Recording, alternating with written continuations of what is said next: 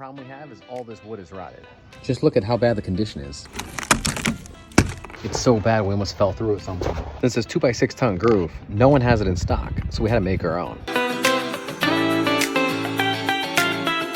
In this video, I'm using a router. All a router is an arbor that has teeth on it that spin really, really fast. As it's spinning, the teeth basically just cut a groove. Now that we've cut the groove, it's time to cut the tongue, so it looks something like that.